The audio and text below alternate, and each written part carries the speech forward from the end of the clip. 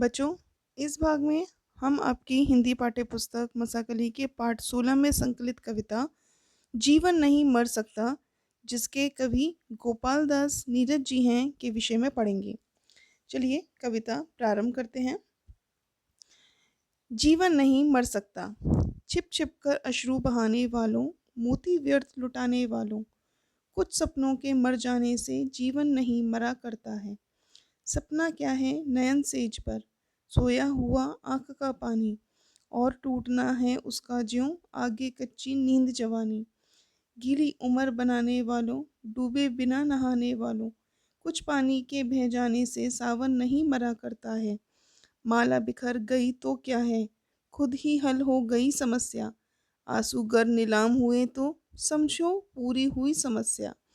रूठे दिवस मनाने वालों, फटी कमीज सिलाने वालों, कुछ दियों के बुझ जाने से आंगन नहीं मरा करता है। खोता कुछ भी नहीं यहाँ पर, केवल जिल्द बदलती पोथी। जैसे उतर रात चांदनी, पहने सुबह धूप की धोती। वस्त्र बदलकर आने वालों, चाल बदलकर जाने वालों, चंद खिलौनों के खोने से बचपन नहीं मरा करता है। बच्चों, जीवन नहीं मरा करता कविता श्री गोपाल दास नीरज द्वारा लिखी गई है। इसमें कवि कहता है कि कुछ चोरी होने पर या गलत होने पर रोने से या सपनों के टूटने से जीवन का अंत कभी भी नहीं होता। कवि कहते हैं कि सपना तो मात्र आँख का पानी है जो बहता है, और उसका टूटना मानो कच्ची नींद से जागना हो। अर्थात आंखें मूंद कर सपने देखना गलत है, और आंखें खुलने पर बह जाना और भी गलत।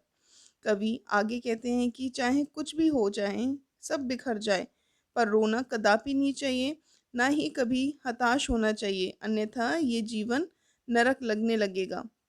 दीपक के बुझ जाने से घर कभी नहीं मर जाता है, उसका अस्तित्व हमेशा रहता है। ठीक उसी प्रकार हर दिन बदलने से बचपन नहीं मरता है, बस रोज के दिन की भांति कुछ नया हो जाता है। आगे कवि कहते हैं कि खोता कुछ भी नहीं यहाँ पर, केवल जिल्द बदलती पोथी। जैसे रात उतार चांदनी, पहने सुबह धूप की धोती। हमेशा कष्टों के बाद या अंधेरी रात के बाद उजाला आता है। जैसे कि चांदनी रात के बाद सुबह की धूप, खिलखिलाती धूप एक आशा की किरण लेकर आती है, उसी तरह से जीवन में भी कष्टों के बाद फिर हमें एक नई आशा की किरण दिखाई देती है। चाल बदलकर चलने वालों, चंद खिलौनों के खोने से बचपन नहीं मरा करता है। कवि कहते हैं कि अगर कुछ खिलौने हमारे हाथ से या कुछ सपने टूट भी जाते हैं, तो ऐसे में बचपन कभी भी नहीं मरता है, और आशाएं कभी भी नहीं मरती हैं, हमेशा जिंदा रहती हैं। आगे कवि कहते हैं कितनी बार गगरियां फूटी, शिकन न आई पर पनघट पर, कितनी बार किश्तियां डूबी, चहल पहल वैसी है तट पर। तम की उम्र बढ़ाने वालों, लौकी आयु घटाने वालों, लाख करे पतझर कोशिश पर उपवन नहीं मरा करता है। लूट लिया माली ने उपवन को, लूटी ना लेकिन गंध फूल की। तूफानों तक ने छेड़ा पर, खिड़की बंद ना हुई धूल की। नफरत गले लगाने वालों, सब पर धूल उड़ाने वालों, कुछ मुखड़ों की नाराजी से दर्पण नहीं मरा करता है। यहाँ पर कभी कहते हैं कि पनघट पर पानी भरते समय अक्सर स्त्रियों, पुरुषों और बच्चों के हाथों से गागरियाँ या मटकियाँ फूट जाती हैं, पर पनघट कभी इस बात का शोक नहीं मनाता, बल्कि वह उन लोगों की आने जाने की चहल पहल पर खुश होता रहता है। यहाँ पर कवि के कहने का तात्पर्य यह है कि मनुष्य ने जीवन में क्या खोया, इस पर विचार ना करते हुए उसके पास जो कुछ है उस आनंद का उपभोग करना चाहिए। मनुष्य को सदैव जीवन में आशावादी दृष्टिकोण रखना चाहिए। और पतझड़ हर वर्ष आता है और उपवन के सारे पेड़ पौधों के पत्तों को झाड़ देता है, परंतु कुछ ही समय के बाद जब वसंत ऋतु का आगमन होता है, तो पुनः पेड़ पौधे नए पत्तों से लद जाते हैं। यहाँ पर कवि का कहने का तात्पर्य यह है कि जीवन एक बार असफल होने से नहीं थमता। मनुष्य को दुखी या निराश होकर बैठने की बजाय पुनः प्रयास करते रहना चाहिए।